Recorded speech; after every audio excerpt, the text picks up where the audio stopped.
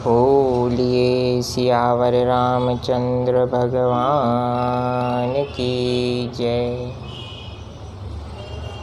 पर बस जीव स्वबस भगवंता, जीव अनेक एक श्रीकंता। अर्थात मनुष्य दूसरों के वश है। मनुष्य प्रकृति जन्य इस संसार के भी वश है, स्वयं के भावों के भी वश है, और जो जो परिस्थितियां हमारे जीवन में आती हैं तो उसके अनुसार हम अपने मूड को भी, अपने स्वभाव को भी बदलते रहते हैं। किंतु ईश्वर, जिन्हें एक कहा गया, एक श्रीकंता, उनके रूप अनेक हैं किंतु वे एक हैं। वे एक परम पुरुषोत्तम प्रभु श्री राम, जो मनुष्य को इस प्रकार से मार्गदर्शन करते हैं कि संसार में वह आकर अपने कार्य को भी करता है और ईश्वर का धन्यवाद भी करता है। लेकिन प्रायः हम यह भूल जाते हैं कि संसार में द प्राइम फैक्टर, सबसे महत्वपूर्ण तत्व जिसका वर्णन कल भी किया गया था, वह ईश्वर जनित प्रकृति है। उस प्रकृति, नेचर,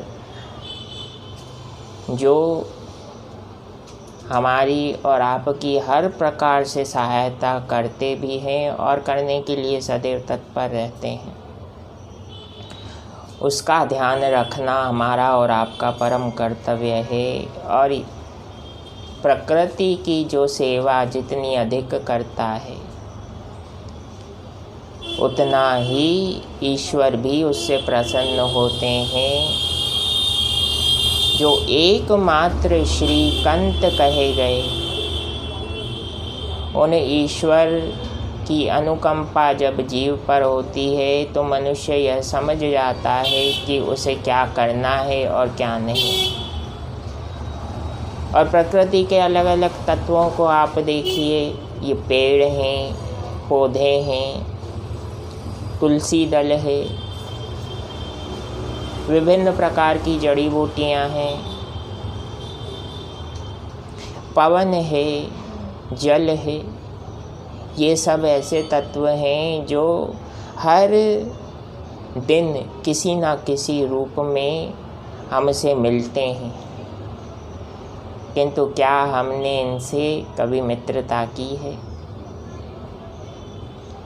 इस ईश्वर जनित प्रकृति के प्रति जितना अपनत्व का भाव हम रखेंगे, उतना ही परम पिता परमेश्वर श्री राम जी की कृपा हम जीवधारियों पर रहेगी।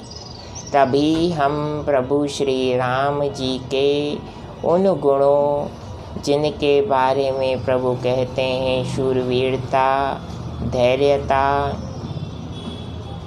सत्यशीलता, दृढ़ता और जीवन के विजय रथ, जिसके बारे में प्रायः प्रभु प्रेरणा से वर्णन किया ही जाता है, उसे समझने के लिए हमें और आपको प्रकृति को समझना बहुत आवश्यक है। इसीलिए प्रकृति से और अपने जीवन से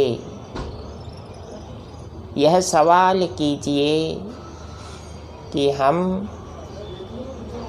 किस कार्य को करने के लिए और किस ध्येय को प्राप्त करने के लिए यहाँ हैं। निश्चित रूप से आपका अंतःकरण ही इस सवाल का जवाब देगा।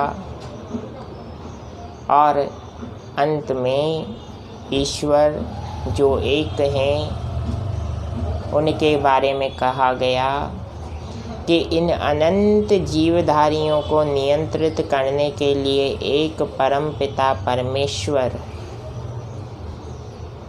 नियंता के रूप में, कंट्रोलर के रूप में हमारा मार्गदर्शन करते हैं। जय सिया राम। परम पिता परमेश्वर की कृपा आप पर बनी रहे।